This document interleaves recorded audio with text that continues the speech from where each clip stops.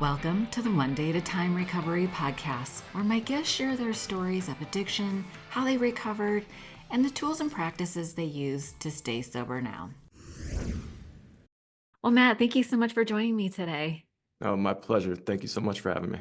Yeah, I'm super excited to talk to you. We have a mutual friend, and Jason LaChance. He is one of the hosts of, is it the Pain Yeah, Not Profit or? don't hide the scars. Oh, Pain. that's right. Yeah. Oh my gosh, I feel terrible. I've only We known love you, him Jason. for 5, 6 years now, maybe even longer. No, he's amazing, and Flynn Anderson is great too. They do great, amazing work. And so when you were like, "Hey, I'm a friend of Jason's," I was like, "Any friend of Jason's is a Hmm. friend of mine." So I'm super excited to get to know you a little bit, hear your story, and what you're up to these days. I do like to start with a lightning round. And I know you've listened to some episodes, so you might be familiar. But when you first got sober, were there any books that really helped you out in the beginning? Ha. Sober from what? No. So for those listening, I have managed to quit 4 drugs in 4 separate times in my life. But Nice. uh, the smoking, Alan Carr's Easy Way to Quit Smoking absolutely changed my life with that. And it set me down this discovery path of, hey, maybe the addiction is way more mental than I thought it was. Maybe it's not the chemical imbalance that's driving me so much to do that. Maybe it's just I really like having a cigarette, and that's why I can't quit. And Alan Carr's Easy Way to Quit Smoking undid that brainwashing that I had done on myself. So, lightning round, if we start Wow. with smoking only, I would tell you Alan Carr. He has books in other addictions, but it's a great place to start. Yeah, I think he has one on alcohol. He Pretty sure sure he does. does. Yeah, he sure does. Yeah, man, smoking is so prevalent in people that are quitting alcohol and other drugs. So, and my dad smoked for, let's say, 40 years or something. Mm, Yeah, 40, but maybe 50 years. But by the time he passed away, he had quit like 25 years. He said it was so hard. He yeah. said it was so hard. That's one of the hardest drugs to quit, I hear, nicotine. Yeah, nicotine has this strange ability to hit fast and then disappear quickly, a lot like cocaine. So you scratch this itch of your chemical imbalance that you've created by smoking an addictive drug. And then it feels really, this is the evolution of a cigarette for me when I'm ready to quit. And I wonder how many people relate to this. You really crave it.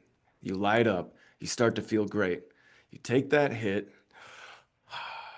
And then, wow, okay, man, I feel much better. You're looser, you're more social, you're not as worried. And then 2 or 3 puffs later, your lungs start to protest a little bit, like, hey, man, I don't really like this, you know? Yeah. And you're okay, well, we're still gonna smoke it. 2 or 3 puffs later, you see the filter and you notice that it's starting to brown up. And inside, your mind's like, this is happening to you right now. And then by the end of the cigarette, and this is when I was really ready to quit, I felt kind of sick and I hated myself. So, Oh, walk yourself through that 3 minutes. You go from, oh my God, I feel so much better to I hate myself. That is a problem. And it's such a mind we swear on this show. oh It's yeah, please oh, feel it's such a free. mind fuck because Yeah. to repeatedly put yourself Yeah. through that, 20 times a day. It's one of the reasons why it's so hard to quit because you can't figure yourself out. Yeah. That is such a good point. I never thought about it. I mean, if you smoke, 10 to 20 cigarettes a day, that's going through, you think about neural pathways and your default mode network and how you're reinforcing 10 times, 20 times a day this negative pattern. Hmm. And unless you have like a sufficient substitute or post-traumatic growth issue like lung cancer, Yeah, yeah, for it's real. hard. That's hard to quit. Were there any? I think you mentioned before when we were chatting, you like the Annie Grace book. Yeah, for alcohol, Annie Grace, if Alan Carr's Control Alcohol book was an alley-oop, Annie Grace put it in the basket. She took it, modernized it, and put some really cool liminal points in there that made it a lot more like modern, I'd say. So Annie Grace is this naked mind for anybody who's struggling with alcohol and is wondering, where should I start? Just pick Hmm. up an audiobook. It's right there. You can Yeah. do it in your free time, and it may just have the effect on you that it had on myself and so many other people. Can you recall what it was about that book that really struck a chord with you? Hmm. Yeah. Well, when I started drinking, I was doing it to fit in and to let go of my inhibitions. And it Mhm. really worked when I started, because when I started, Mhm. everybody else was doing it and they were really cool. So, I start and my subconscious says, hey, this is something that brings pleasure and pushes you away from pain. This is good. This is a good thing. We're just going to file that away and keep it there forever. And then 20 years later, when all the parties are over and you're alone, you're sitting on your couch and you're bored and you're drinking, it doesn't apply anymore. But Mm. still, that subconscious, categorization that you put there is there. Annie Grace's book, like Alan Carr's Easy Way to Quit Smoking, steadily undoes that brainwashing. So it says Mm. this may be why you started, but this is not why you should continue, and here's why. And it gets at your subconscious desires and starts to blow those misconceptions up. Yeah, I love that. Man, there's so much to that. I got certified in hypnosis several years ago because I was just so obsessed with this idea that if we can be brainwashed into doing Hmm. something, we can sort of unbrainwash ourselves. I remember when I first got sober, I was going to meetings and some guy was like, how long are you going to go to those classes? I think they're brainwashing you. And I was like, yeah, my brain needs some washing. Yeah, exactly. Yeah, it's Yeah, dirty. it's It could dirty. use some washing. I could use some washing. I knew something wasn't right. No, I love Annie Grace's book. It was so interesting to see the evolution of that book, right? Because it started out, she tells the story actually about how it started out as, she was going through her own process and her own research and like became aware of all this stuff. And so she put it into like a guide or something that she put into Mm, PDF that she started to share. And then it just mhm. sort of started to take off. And then that's when she was like, okay, there's something here. And she put it into a book. And it was so cool to just watch that evolution and just how it's like mushroomed. Yeah, God. I yeah. think there's something too. I don't know how you feel about this. There's something about understanding all these concepts through a scientific lens that sort of depersonalizes it, that kind of sidesteps the shame. Did you kind of have that experience with it? Without a doubt. They're the easiest way to feel seen from a stranger is to have somebody repeat your own experience as their own. And the reason why that is so common and like why it works is because our brains are all wired the same way, Yeah. more or less. Yeah. So it's easy for us all to pick up the same habit. But I mean, the problem is when we do, we all personalize it to the point where it's like, this is my private little habit that's destroying my life. I can't tell anybody because Yeah. A, I'll be ashamed. They'll be ashamed of me and they won't understand. But it's like, nothing could be further from the truth. And reading a book Yeah. like that really shows you. Yeah. No, I love that. Those are a couple of great resources. I always like to front load the episode with some resources, and I'm such a self-help junkie. It's crazy how for like less than $20 you can get a book that is just so value packed with like concepts and perspectives and resources that really can literally change your life. So those are thank you Literally. for literally, right? Yeah. Yeah, so thank you for sharing those resources. Um, remind me, how long have you been sober? I've been sober from cigarettes for since I was 30, Okay. from tramadol since I was 33, from kratom now for what is it, 9 months, going on 10, and then alcohol for 2 years. I like that you break that up. I mean, it's interesting because cigarettes, sugar, things like that, caffeine, like I would consider those not necessarily mind altering in the same way that things like kratom, alcohol, and tramadol are. Mhm. Tell me a little bit. I don't think I really know what tramadol is. Is that an opiate? Yeah, yeah.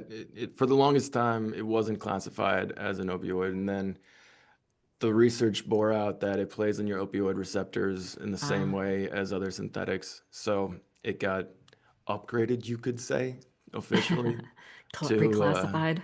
yeah, an opioid. And it is. It's a partial opioid agonist. And I had a motorcycle incident when I was living in Liberia and I was working over Um, there. I crashed out in the jungle and got taken to a hospital and they gave me 5 days worth of tramadol. I had no idea what it was, but it felt amazing. And that was my first experience with opioids, and I thought, oh my goodness, what is this whole other side of emotion that I can feel? I ran out 5 days, went out, got more because in Liberia, like a lot of other countries, you can just do that without a prescription. And that got what? me down a year-long addiction. Yeah, yeah. Class ones in the United States are just you can you can just ask for it in a lot You just of go to the other countries. like local drugstore? Without a doubt. Only one doctor Oh my God. in a year of addiction told me, hey, you might want to watch out. These are addictive. But the rest of them were like, here you go. And it's No, not no on them. questions asked, no It's warnings. just different. I mean, they play a part. I mean, I appreciate your personal responsibility, but Hmm. let's call it what it is. There's a problem. That's It's definitely no joke, Dad. it Don't is don't no touch joke. tramadol if you don't have to. Yeah, there's a time and a place, but not for funsies. No. Right. Definitely not. Yeah. Um, and so if you sort of look back over your sober journey, depending on when you think of it, I feel like once you start questioning, like this is a problem for me, I feel like that's the beginning of a sober journey. But once you sort of get into recovery, whenever you feel that was, do you feel like there's a reoccurring theme, or do you have a mantra that you live by? Any sort of cliches that really sort of encapsulate recovery for you? Yeah, there's one that I say to my clients and one that I've learned through quitting drugs repeatedly. And it's you got to make a habit out of breaking your habit.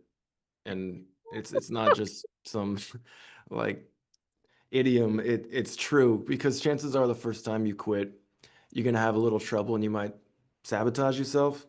You Huh? may quit 100% the first time, and I love you for it. Amazing. Teach other people. Yeah. Just in case you don't, doesn't mean that you won't. And that's really the whole point here. Just because you Yeah. didn't do it the first time doesn't mean you won't the 10th time. The only stipulation is you have to try 10 times. And that's not a Yeah. bad thing. Like, that's not bad news. It's actually Uh, amazing news. That means that if you keep trying, you will get where you're going. Just try something new every single time. That's the other part of this is if you try one thing 10 times, you might want to start integrating some other resources into or put some more tools in your kit. Like I mentioned, yeah. Andy Grace's, you mentioned Andy Grace's book, Alan Carr's book.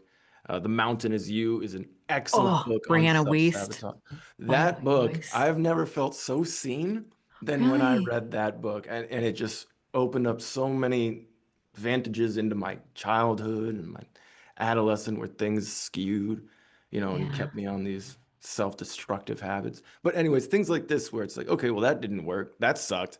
Maybe I'll try something new this time, talk to someone, listen to something, expose myself to new information, and do that every single time. You'll compound your advantage over your addiction until you beat it. Yeah, I feel like failure is something that comes up for a lot of people. And so the idea is to reframe that into experiments, like in AA or 12-step programs, you'll hear, run the experiment, Hmm. and I really appreciate your idea of, try something different, like run the experiment. If it didn't work, then try something different. Hmm. Yeah. Yeah. And adding to your tool list. Well, I'll ask you about your tools, because that's always something that people are like, well, what do I do? Right. People always want to Right. know what do. So we'll definitely get to that. Um, but do you have a regular self-care practice, whether it's daily, weekly, maybe you have go to annual retreats? What does that look like for you? Absolutely. And this wasn't something I woke up after quitting and was like, I'm gonna be awesome. I'm gonna be so disciplined. No, man. No, start small, right? Yeah, you start small. My daily routine keeps me grounded and gives me the energy that I need to be a better version of myself. And it starts, oh, this is so cliche. I can't believe I'm saying this. Go ahead, spit it It's so out. cliche. The thing that changed my life the most is waking up at 6 a.m. So I'll wake Okay. up at 6 a.m. before work, before anybody else is up, and there's a very special time where I can hang out with my cat and just not do much. And then I do 20 minutes closing my eyes. You could call it meditation, you could call it mindfulness, but all I try to do is let feelings arrive, say hello to the feelings, and then they'll immediately get displaced by other feelings. And this could be, that time where my college girlfriend broke my heart. It could Mm. be when I made my first sale of Quick Kit. It could be useless garbage from 20 years of traveling. But they all bring different feelings, and you get to just observe them. And then they leave, and then your 20-minute timer goes off. And you've just lived so much in that 20 minutes that suddenly you're at peace. And I think Mm. when people say mindfulness, that's one of the best ways to define it is you just sit still and let your feelings go and travel through you. And then you're in a place where you're not going to act on them because you're closing your eyes with your cat sitting next to you before anything is open and nobody's up. So that's one thing I do. I wake up at 6, I close my eyes for 20 minutes, and then I write 3 things down that I have to do that day. And that guides my day. Is it like do you use the 5 minute journal? I do something similar to that. I have a productivity following. I can't believe that this is me right now. If you had seen me at 22, I'd have been like, who's that guy? Yeah, Forget this is that so guy. lame. Yeah. Look at him planning everything, you know. Yeah. Yeah. So I have a journal. I write notes, I Yeah. write things, I track things. Dude, journaling is like spiritual jujitsu Oh, because that's such a cool way to put it. I Yeah, know, it right? is. You It's seem one of to the be best bringing out the advantages best you in can me. give yourself. Yeah. Um, no, it's so there was a couple of things that came up for me as you were sharing that, the idea of feeling your feelings. What? What? Feel your feelings, I know it's weirdo. crazy. Yeah, right. Yeah, that is the secret sauce right there because the whole like, listen, people can get addicted to anything, right? Like I tend to fall into workaholism, busyness, but these are all distractions from the present moment. Hmm. And, drinking, using, addictive relationships, shopping, all that stuff are little escapes from the present moment. So to be so intentional and practice mindfulness where you're like, what's here? What's here? Right? What's here? Feel your feelings. That's literally, I don't think people really recognize the power of processing your feelings to resolution just Hmm. means, and you actually said it, you said travel through you. Hmm. They travel through you. And then that sort of implies that it's released at the end. Yeah, that's a good way to put it. Oh, that's very wise. I Yeah, really like that. well, thank you. Yeah. I've been at this for a minute. But I really appreciate that practice of feeling your feelings. I kind of came up with this idea, and I call it like the red Kool-Aid theory, where like every morning we wake up with kind of this pitcher full to the brim of red Kool-Aid. And the Hmm. mindfulness practice is like taking a few minutes to pour it out. So you're not walking around through life with this Oh, full that's pitcher of awesome. Kool-Aid. And there Yeah. have been times when I wake up and jump into my day without doing like siphoning off some of that Kool-Aid. And I'm walking around with this, and any bump, like people brush up against my soul bruise and I react and I spill my Kool-Aid. And listen, if you've ever cleaned up Kool-Aid, it's sticky, it's red, it stains, it's hard to clean. I mean, our words are like that, right? Words Um, that is, and I used to have a really sharp tongue. I've gotten a lot better. But words are like, you squeeze the toothpaste out of the tube. It's like there's no getting it back in there. that's true. Right. That's So I true. think it's so important to do the morning routine. And I really appreciate your mindfulness. Are you not doing any guided meditation, no music? It's just silence for 20 minutes? I'm not, I mean, I could, but I've gotten to the point where I'd like to build on what you were talking about and give people more of an insight of a visualization. Like you have the Kool-Aid, and the way that I think of it is if I just take time to put my back against the hallway of my mind, there's going to be Mm, 1,000 doors. And for 20 minutes, those doors are going to open and emotions are going to come out. And they're just going to pass me by. And I get to say, oh, yep, that's the heartbreak right there. Oh, that's the work stress right there. Oh, that's the, time I fell in love with my current girlfriend, who's awesome and whatever. mm. Thankfully, she's in my life. And so you go from heartbreak to anxiety to true love again, and all of these things, and you just watch them. But when you're in the middle of addiction, especially for me, if I'm in that hallway, I'm pouring alcohol on the emotion that got out of that door if I don't like it. So, oh, my heartbreak, Ooh, it's leaving that door. I can see it. No, no, I don't want to experience this. So I'm going to just pour some alcohol on it. Or, yeah, oh, existential dread. I don't know where my life is going and I don't have a career goal. I can see it coming. I don't want to feel that. I'm going to take a pill. I'm going to push it back in. It's like, that's just not how it works. You can try to hold the doors closed. You can try to put these things back where they came from, but they will always get out. And if you yeah, constantly pour booze on it or throw drugs at it, you die. They don't. That's it. So if you yeah, learn to just put your back against the wall for a little bit of time, you show yourself how strong you really are, and that emotions like that, they live with you and they'll never go away, but they're not who you are. They're just right. they just live behind these doors and sometimes they come out. That's not you, and that's not where you're going. I love that analogy of the hallway and all the doors. Yeah.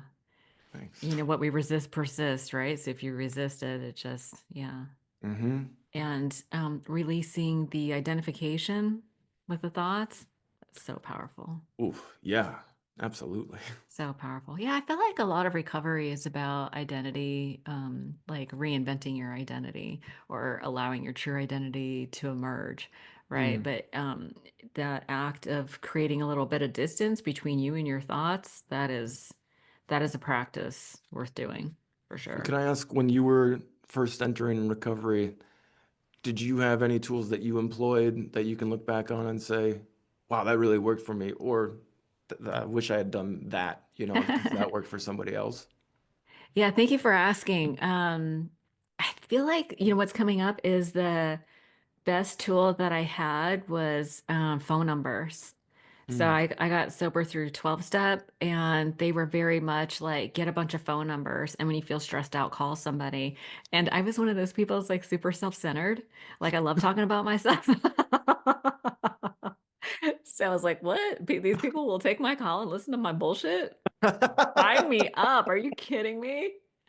That was amazing. And there were all these women that were so and the women like they were like don't get the numbers from the dude. I was 25 and platinum blonde and rail thin. They were like no, not the boys. Get, get numbers from the ladies. Um so yeah, reaching out and just picking up the phone. And they Mm. told me to call when I felt good to get into the habit because it's that idea of we don't rise to the level of our expectations, we fall to the level of our training. Yes, Was it who is that? absolutely. Epictetus or something like that said that. And so when I started sponsoring other women and make them do something called willingness calls, which is to just text somebody. Now we text first because if you can't just call, like don't No, be weird. it's 2025. Yeah, don't be a weirdo. You text first and say, "Hey, do you have a second to chat?" And you get on the phone. And then the willingness call is that you just share a little bit about what's going on with you. You check in on them and give them an opportunity to kind of check in with what they're doing. And if you do this with like maybe 3 or 4 people, then Mm. you're calling somebody, if not every day, every other day, and you're current with a bunch of people so that when shit hits the fan, you're already current with a bunch of people and you don't have to go into the backstory. You can get right into solution, but you are in the habit of calling. Because like when The, I'm the when I'm habit even matters. now, 31 years later, if I'm super stressed out and my brain goes offline, I don't can't even remember who my friends are. It's ridiculous. And I will scroll like who have I been texting lately? Hmm. And I'll be like, oh yeah, I can call Gloria, I can call Carrie, I can call, you know what I mean? I'll be like, oh, that's right. Like my, when your amygdala hijacks your nervous system, you literally cannot think straight. And Yeah, sometimes, absolutely. And that's on purpose. That's the way it was built because that's yeah, where your instinctual reactions live. yeah, yeah, on purpose. That's a good way to put it. Yeah, and I did meditation and starts and fits. I joined meditation groups. I did like Course in Miracles study groups. Hmm. I like tried all was telling somebody today I was recovery promiscuous. I like to try all the things, all the The only tools. way you know what fits. Yeah, right. Yeah. So that's super fun. And we'll get into some more tools. I'm going to ask you the same question in just a minute. But was there, so you've been in this for a while now, and is there one thing you wish you would have known when you first got sober about yourself, about recovery? Hmm. Yes. Yes. One thing I wish I would have known when I first got sober. Yeah. I think uh, that the person that I was running away from was actually a person that a lot of people loved. Mm, And when I first got sober, you know, there's this point where I'll stick to booze on this one because, like I said, there were four different drugs, but booze was the one that was most troublesome for me, yeah. and it's just it caused me so much heartache. And then when I stopped, there was always this thing that said, "Yeah, but in order to relax and be an authentic version of yourself, you probably need to drink a little tonight." And it's like that voice just hung out in my head for a while until I Mm, learned how to undo it. And if I could go back to where I stopped drinking and I said, people have been waiting for you to become the person you are right now, that's the person that you're already there. Like pouring some booze on it later on isn't going to make anything better because you don't have to outrun yourself anymore. This- yeah. Everybody's so glad you're here. You know, there's no more race, and you don't have Yeah. to figure out how to cancel out the evenings anymore because that it's just I just had this delusion that in order to be able to function as a human, I needed to be able to relax from 6 to 8, and if I couldn't get in that mindset, I had drink. And so Yeah. one turns into three, turns into eight, and then it's like I can't wake up early in the next morning. I can't work well, and I'm not that version of myself anymore that everybody knows I already am. So if I go back to the first night of sobriety from booze, just be like, you already arrived, man. You're already here. You made it. Yeah. You did it. That is so beautiful. That was probably one of the most thoughtful answers I think I've ever received because yeah, we're running away from ourselves and I don't think we realize that we're already loved. Oh, right? You Yeah. talked about the phone numbers. One of the things I tell people who I work with is one of the easiest shortcuts or hacks you can have to feel better if you're feeling bad and you're in withdrawals is to call someone who loves you. Like mine would be my mom. She loves me unconditionally. Aw. And all you have to do is say, I love you, mom. And they're going to say, she'll say, I love you, Matt, but maybe you have a friend who loves you. And getting love from this person is as easy as opening your mouth. All you have to do is say hello, and love will come into your life at that moment. And chances are Yeah. you've been punishing yourself because of this and that about the drug. It's an easy way to inject love into your life and feel like you are worth being loved. Just pick up Yeah. the phone, like you said, the willingness when things are going Yeah. well or when things are going bad. The love is there. Yeah. It's waiting for you. Yeah, it really is. Yeah, and I know it's hard for people to feel that in the beginning, but that is the hope. Hmm. That is the hope that maybe we can set aside what we think we know about ourselves to allow new information to come in. And I understand that you know, I understood that when I was sort of holding on to these negative ideas about myself, in a way, it was a self-protection thing. If I Hmm. stayed small, then I wouldn't be visible and then I wouldn't get hurt. But it's me hurting myself first so that people don't do it to me, right? It's like this weird thing, illusion of control.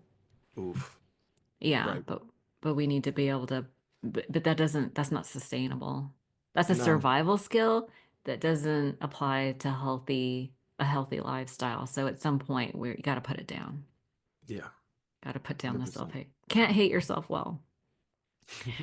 Well, let's talk a little bit about how we got here. I'm always so curious about family of origin stuff. Can you tell me a little bit about your family and how you grew up? Yeah, sure. In light of this, the theme of this podcast, I grew up in a family that is pretty unique, I'd say. Ooh. Unfortunately, and this is big unfortunately, I never knew my uncle on my mom's side because he died from cirrhosis from drinking too much Mm. before I was born. And my mom's parents were also passed away by the time I was born, so I never knew those grandparents.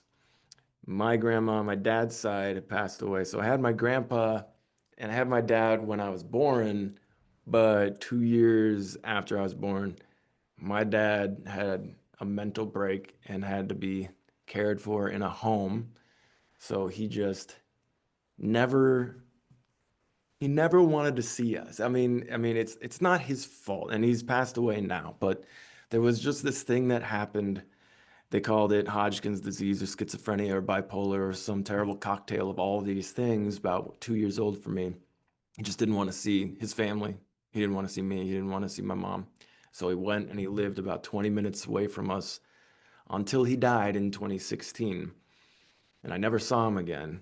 So it Oh. was, I know, it was a big bummer. One of the main reasons it was so sad is I had the misfortune of being told how great the people who I could have known were.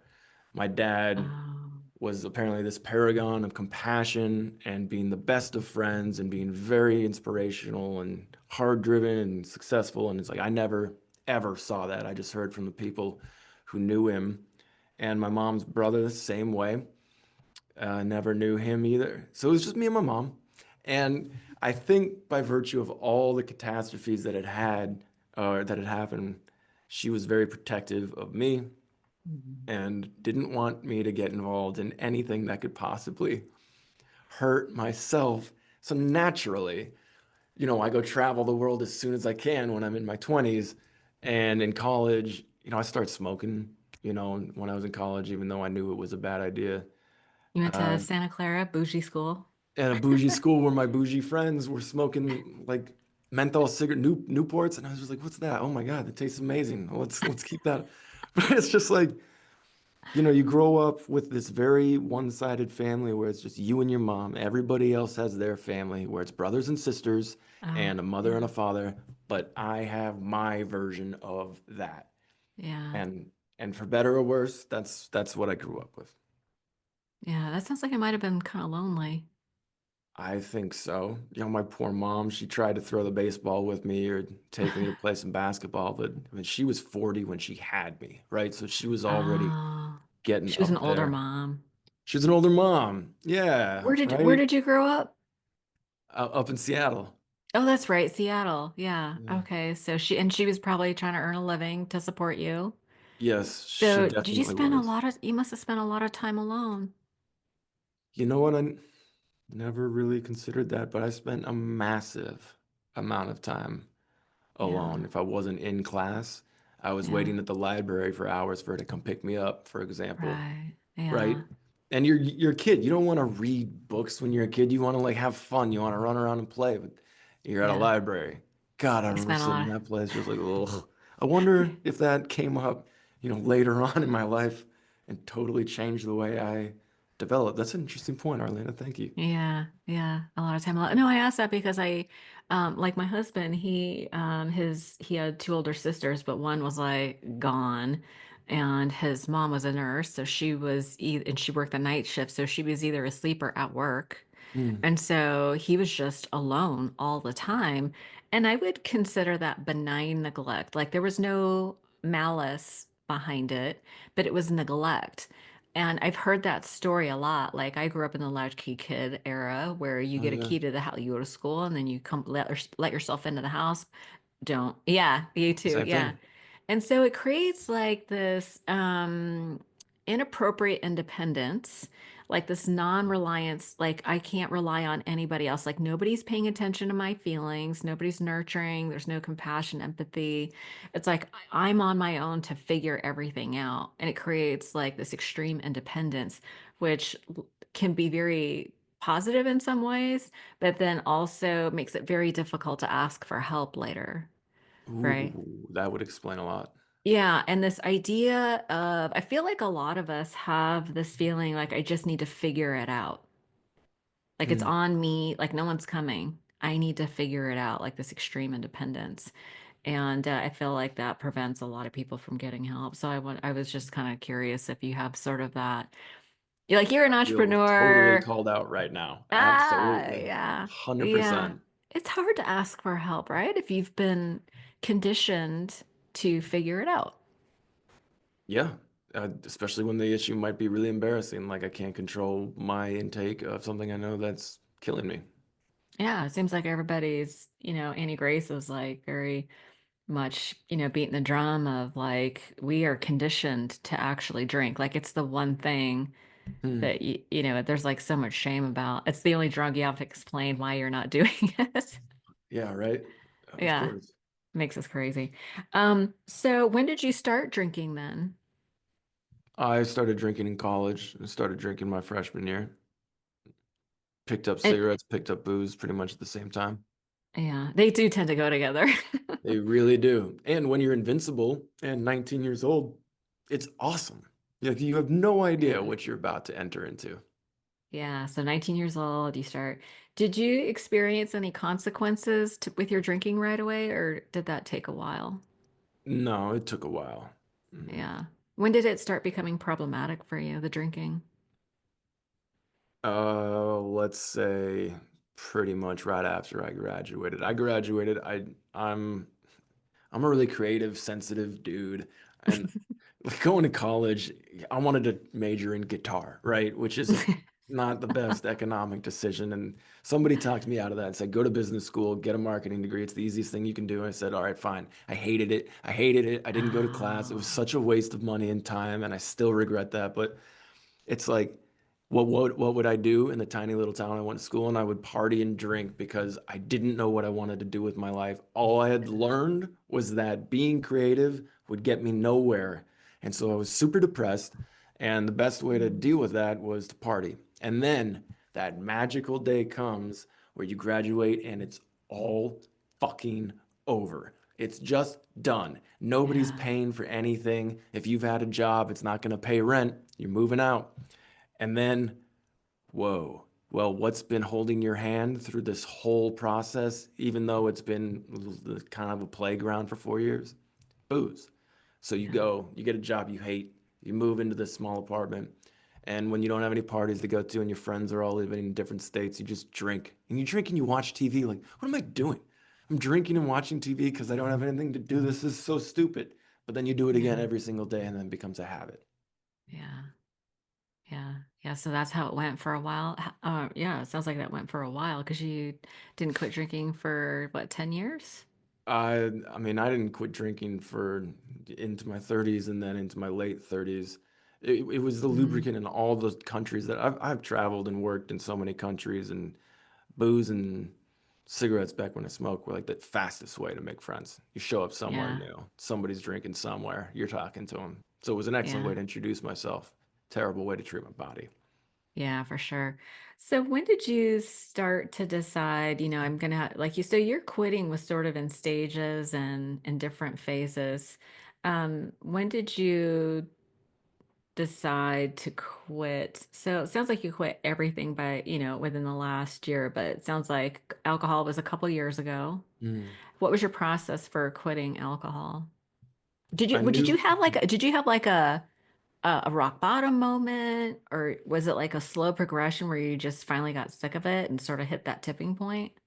yeah, the second one, Okay. because it's more like it wasn't an all of a sudden, oh no. That was more like with kratom or with tramadol, but alcohol was like slowly walking deeper and deeper into sludge until I reached the point where I realized that if I didn't stop drinking, I wasn't going to be able to move any of the places that I wanted to move to, any of the directions that I knew my life should go.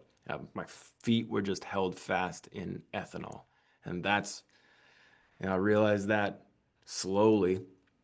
And once I was like, okay, well, this doesn't fit anymore with who I want to be, that's when I started to move on. And what was your process for quitting that? It was through Quitlet mostly? Oh yeah, yeah, right. So it's like, well, what do I do? All I know is drinking at night. So I did some light Google research, and Alan Carr has a book called Easy Way to Control Your Alcohol. He writes at a sixth grade reading level, and he does that on purpose. And it was the exact same principle he had used for quitting smoking, but applied towards alcohol. And I can't make this up. When you finish reading this kind of thing, you might be so excited to quit drinking that when you put it down, you're like, thank goodness I don't have to do that anymore. And that's this whole principle behind the book. You can drink the whole time you read it. And his principle is like by the time you finish 300 pages, you're not going to want to pick up another drink. And it's like bullshit. But, same thing with cigarettes. And it worked. So that worked for a while. And then it didn't. Because did you ever have hey, it's been a while, I'll just have a Budweiser, or it's been a while, I'll just take a little drink, and then that becomes a whole other while till you stop again? Not me. No, not me. Good. No, but I mean, it took me 2 years to quit drinking. Like once I decided I needed to quit, it took me 2 years to figure it out. How so? How did it take 2 years? Well, I that was 2 years of trying to moderate. Hmm. So I had like this horrible night and lots of bad things happen. And that's when I started questioning my drinking. And like my sister started going to Al-Anon and I clutched my pearls and I'm all because of me. I was like, what? I was very surprised. No, nobody's surprised I had a drinking problem. But I tried to moderate for 2 years until I just couldn't do it anymore. And right around that time, I had a couple of clients who were sober who were like, yeah, just come to meetings. And then once I Hmm. started going to meetings, it took me 60 days to get 30. So it wasn't too bad once I started going to meetings. I did have that one relapse on weed, Hmm. but I haven't had a drink since my 25th birthday in I think it was 93. But the weed took a little while longer. Yeah. I'm curious, is kratom similar to weed? No, kratom is, Ah, but thank you for asking. For those of you who don't know, stay away from it. It's because it's legal, isn't it? it's super legal. And up Okay. until recently, it has been an alternative wellness, non-prescription way to manage pain, and it has been pretty Oh, it's for effective. pain management. Yeah, it's been marketed as an alternative to prescription medicine. The kratom leaf has two psychoactive ingredients, rather. There's Mitragina speciosa and then 7-hydroxymitragina. And the mitragina is more abundant, but if you just chewed on the leaf, you'd get a little bit of a upper and a little tiny bit of like a pain-killing sensation, kind of like a coca leaf, Oh, right? Pretty similar. It's been used for centuries in Southeast Asia. But if you concentrate the the psychoactive ingredients into the extracts that I found, they have a euphoria inducing effect as mm, strong as any painkiller you can find. And oh, that's what got me hooked. Like the Mitragina speciosa, that specific ingredient is a partial opioid agonist. So it'll get you high, but then you can keep taking it and it won't get you higher. You just get sick. And like I would get double oh, vision. and I would lose my balance, and everybody would wonder what happened to me at 6 p.m. at dinner when I couldn't walk straight. Because But you weren't drinking alcohol. yeah, that's the messed up part. I wasn't drinking, I wasn't drugging. I just walked into the wrong place at the wrong time and a guy sold me some of this stuff and I felt so good, man. I felt like all my mental anguish was gone. I was like, I found a miracle drug. This is amazing. And I was all about it until I realized that I couldn't stop taking it. And it's such a common story for so many people. Like it wasn't a Yeah, bad thing for so long. And then these companies hyper concentrate these psychoactive right. ingredients and now it's enslaving so many thousands of people across the country and world. I mean, and I mean That's that. Like, wild. I Yeah. talk to them every day, every day. No one went looking for this stuff. Someone just told them about it, and now they're spending $100 a day on. Dude, the 7-hydroxymetragenine tablets are 10 to 17 times more potent than morphine, and you can get them Hmm. at a gas station near you, except for 6 states. Wow, I did not know that. Oh Hmm. my gosh, $100 a day. That's a terrible habit. Yeah. So, what came first, the tramadol? Yeah, you said you had a motorcycle accident in Liberia. Yeah, that was about 2015. That was a while ago. Okay, and so then you became addicted to tramadol, Hmm. and then was the kratom a substitute for the tramadol?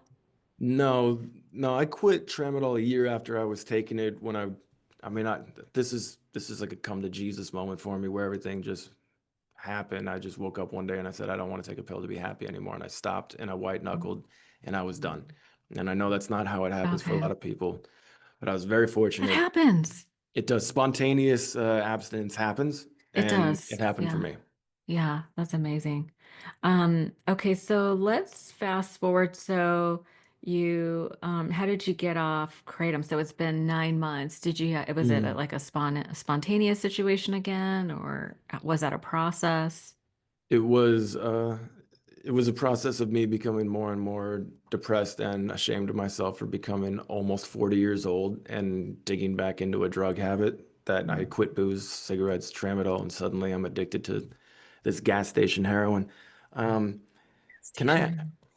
can I ask, when you were Yeah, in the darker parts of your addiction, yeah. did you ever reach the point where you felt like you wouldn't get out? Of the addiction? Yeah, where it was Yeah, just going to be a part of you until however long you continue to live. yeah, especially the weed. I was a binge drinker and I did have like I call it like standing at the abyss where you're Hmm. just like, am I gonna get sober or am I gonna die? And I had to think about it. I had to think about it. Like I wasn't Yeah. sure, Yeah. right? I was like, I was trying to be good. I tried so hard. And weed was actually my uh what do they call that? The harm reduction. Hmm. So I didn't know that that's what I was doing. But there was a time when I was like, I just don't know if ever going to be able to quit because I always wanted to quit. I wanted to quit for a long time and couldn't. I just couldn't. Hmm. And I did reach a very dark place where I was like, I don't know. I don't know if it's better to just jump off or to quit. Like, Wow. because I couldn't see after quitting I couldn't see that as being pain-free. Like I felt like it was going to be a life of misery. Right. Right. Yeah, I thought it was going to be misery. And so I was like, do I just be miserable or do I just check out? Okay. Yeah, Exactly. That's the schizophrenia of the addict, right? And when I was in yeah, the deepest parts of my kratom addiction, I'd go to bed and say, I'm never doing this again. And then I'd wake yeah, up and I'd be like, I got this. And 3 hours later, I'd be lying about going out and getting coffee. And then I'd go yeah, buy my supply. And when you do this every single day, you get to the point where you're like, maybe this is just my life now. And I hate it. And yeah, I don't want this life.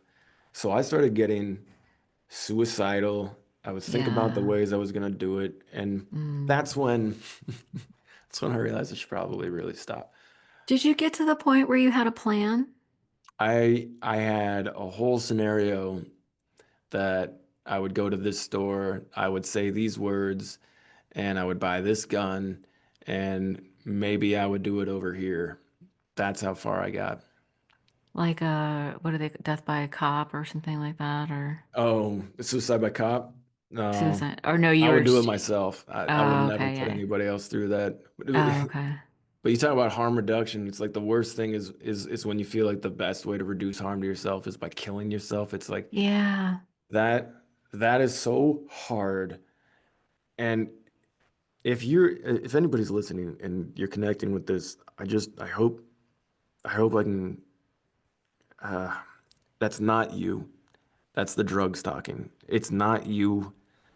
That's the drugs. They're on top of you. And they're whispering in your ear and they're saying, you have to use me or your life is going to be so miserable that you might as well check out. Like you have two options and they're both bad. I swear to God, that's not that's not you who's thinking those thoughts. It's the drugs. The you Yeah. who is you is beautiful and amazing and doesn't want to die. You want to thrive. You want to flourish. And I promise you, man, you can get there. I got there 4 times. You can do this. Just don't ever, ever let the drugs convince you that it's you saying those words. Yeah, thank you so much for sharing that. The truth is there are other options. There's just times when we reach the end of our own skill set. It Hmm. doesn't mean that there aren't other skills to be had, right? It doesn't mean that there aren't people who want to help. And I feel like those of us who grew up so isolated feel like it's all on us to figure it out. But it's Right. not, right? Like Mm. there is help available. There is an end to the pain that can lead to a life that's beautiful and fulfilling and nurturing. And thank you for sharing the darkness because there will be people who either have felt that or who are going through that. And your voice is that story of hope, right? It's hearing other hope is hearing other people's experiences that there is a way out of that. Like we don't, it's that's not the end. Like Mhm. sobriety is really the beginning. It's the end of Mm. pain and it's the end of the old life. And we let the old life go to gain a new one. But there is hope for that love and being able to receive and have purpose and meaning in life as well. 100%. And let's talk a little bit about the meaning and purpose that you have found, Hmm. right? Because you have dedicated your life to helping others. You have found some solutions. I promised that we would talk about some tools. We did talk about meditation a little bit. What other tools did you use that helped you help walk you out, like from that point of darkness? Like, what were the tools and steps that you took to get out of that? I can talk about two things that hopefully some people can do right now. Mhm. The first thing is if you are sitting quiet on your problem, um, and and that would be like I was, you can easily go on to a Reddit subreddit community right now. Literally right now, there is somebody who has created a thread for exactly the drug that you're struggling with or the emotional trauma that you're struggling with, and say, hey, I've been struggling with this. I'm afraid. And the groundswell that will come in from all these random people will support you because they either are you or they've been you. And I'll put it this way. The first day I posted in the quitting kratom subreddit was the last day I used kratom. Now I also had the quit kit set up and I had a plan, but that was the last day I used kratom. And I said, I'm terrified. I've tried to quit this 2 times. It was so brutal, but I'm going to do it. And hello.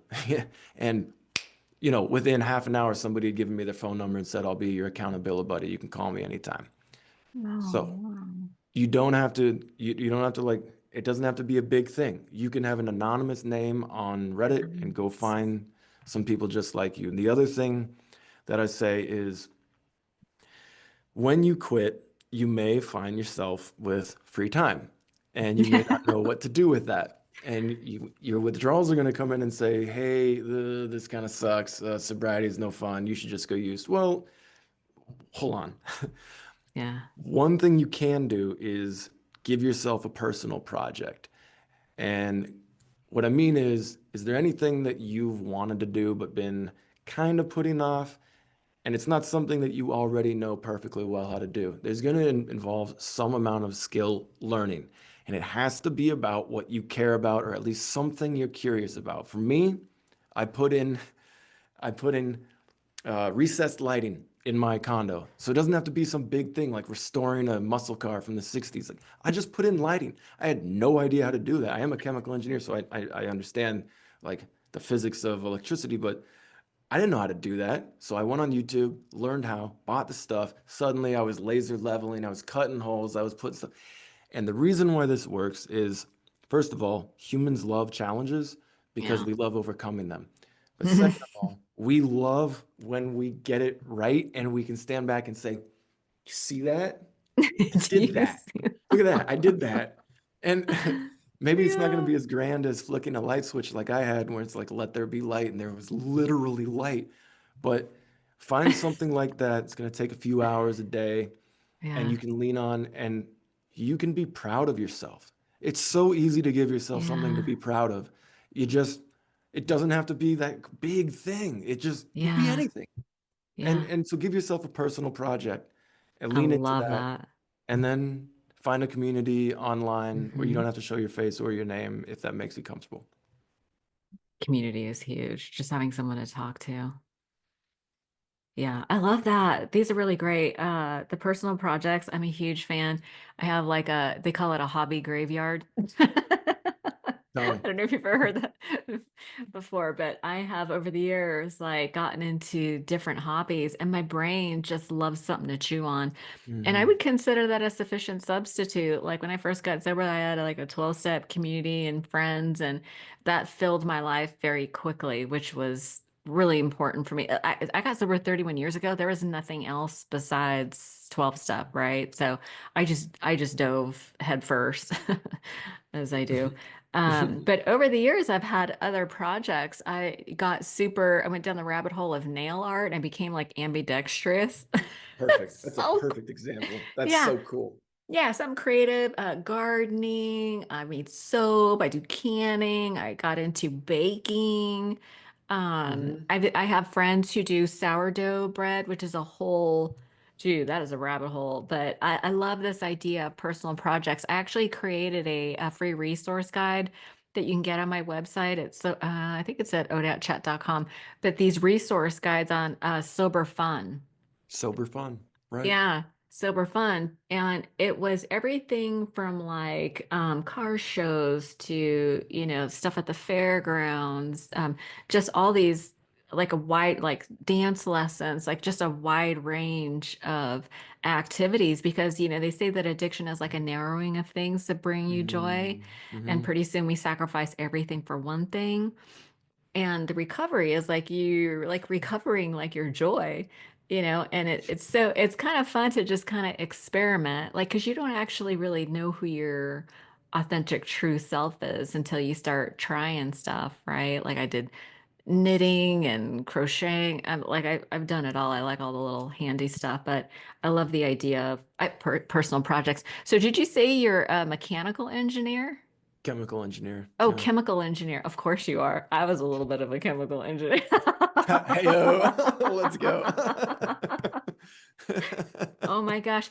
Okay, so you got your chemical engineer degree, and tell me a little bit about what you do with your work now.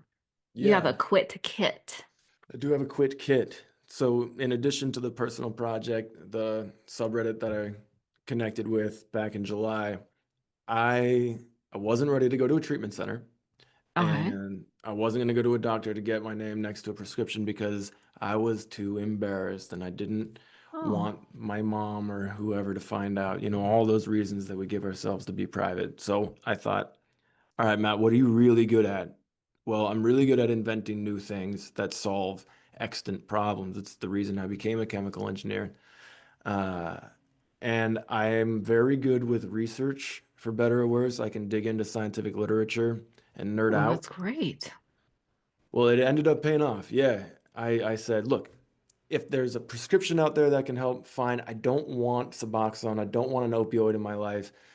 Is there anything else that I can get now? And it turns out, yes, there is a voluminous amount of literature out there from universities around the world with clinical trials that say, with statistically significant evidence that say in rats, mice, and humans, this common over-the-counter supplement will combat this common opioid use disorder withdrawal symptom. And that maps to kratom use disorder.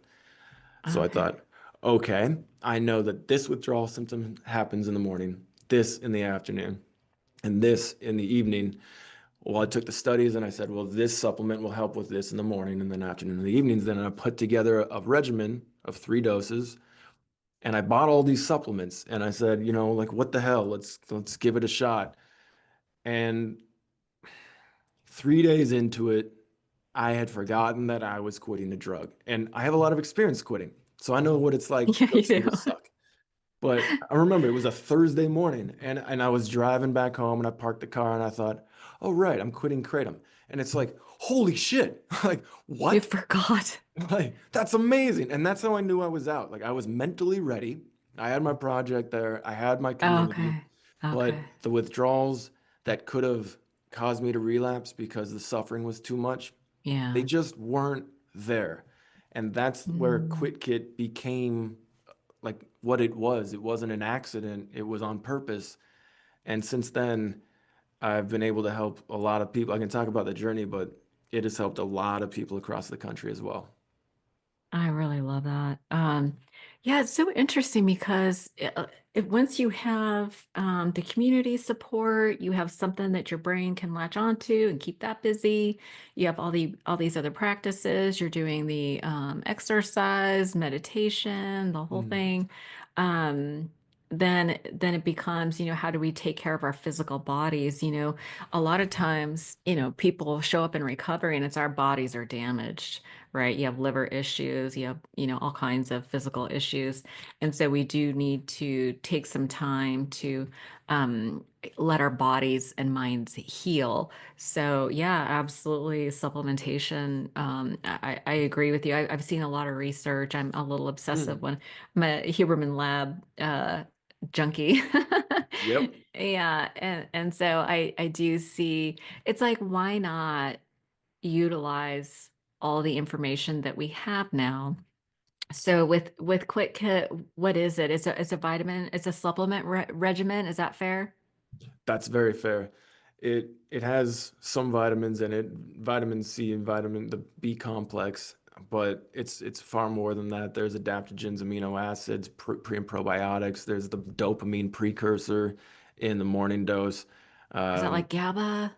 well, GABA What is is in the that? nighttime dose. GABA is your primary neurotransmitter inhibitor, which is Okay. extremely important when you're going to sleep. So if you've been in withdrawals and it's like your first night and you're trying to go to bed and your mind is Ah, racing and yes. you're thinking all of these really useless thoughts like, okay, am I gonna sleep tonight? Am I gonna use tomorrow? Do I have what it takes? And it's like I just want to calm down and go to sleep. Well, GABA comes in and essentially tamps down the overactive neurotransmission that is Ah. causing you to overthink for no reason. Wow. Yeah. Overthinking at night. I hear people all the time talking about, and I remember that too, just like not being able to sleep. And do you know what the prescription was back in the day? They said, read the big book, it'll bore you to sleep. Yeah. That was terrible. I'd rather take a Maybe supplement. it's a supplement like GABA. Yeah, I've been hearing about GABA for years, but I just didn't understand like there is, so it's you take that at night and that helps with the overthinking so you can go to sleep. Right, right. So one of them, it's a fascinating thing how these compounds work together. Because when I heard supplements, I was doing this research, I was like, supplements, whatever, dude. There's no way this stuff is gonna work. Like I've seen these commercials, but This is stupid. yeah, like Yeah. I was like, this is all junk. And then I read the studies. So magnesium, which is also in the nighttime dose, has this Yeah. really cool relationship with GABA, which stands for gamma aminobutyric acid.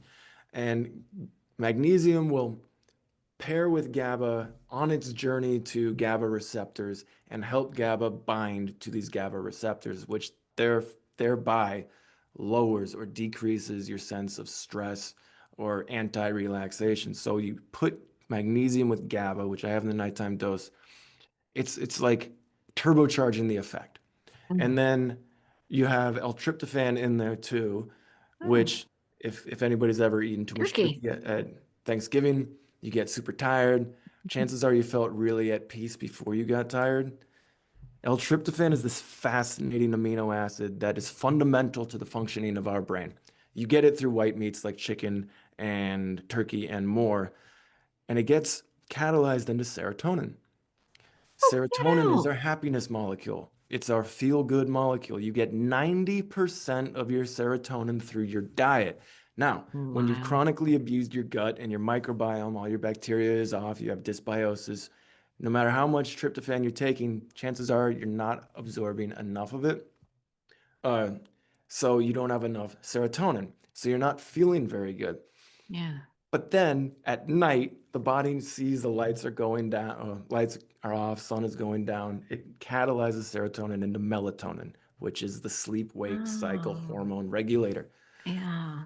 So if you don't have enough L-tryptophan in your diet, or you can't absorb it through your gut, you're not going to have enough serotonin, which means you're not going to be feeling very good. And if you don't have enough serotonin, you're not going to have melatonin, which means you can't start falling asleep. So the nighttime dose has the GABA with the magnesium to relax you, the L-tryptophan to make you feel good through serotonin. Then it becomes melatonin to keep you asleep.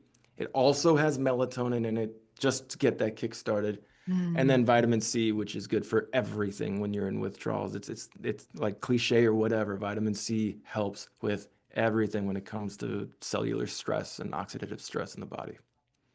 I keep hearing about methylated supplements or vitamin. What is your take on that? Yeah, Where's the methylated blue, I think it's called. I don't have experience with that. I didn't study that. I've heard anecdotal evidence that Oh, it okay. works.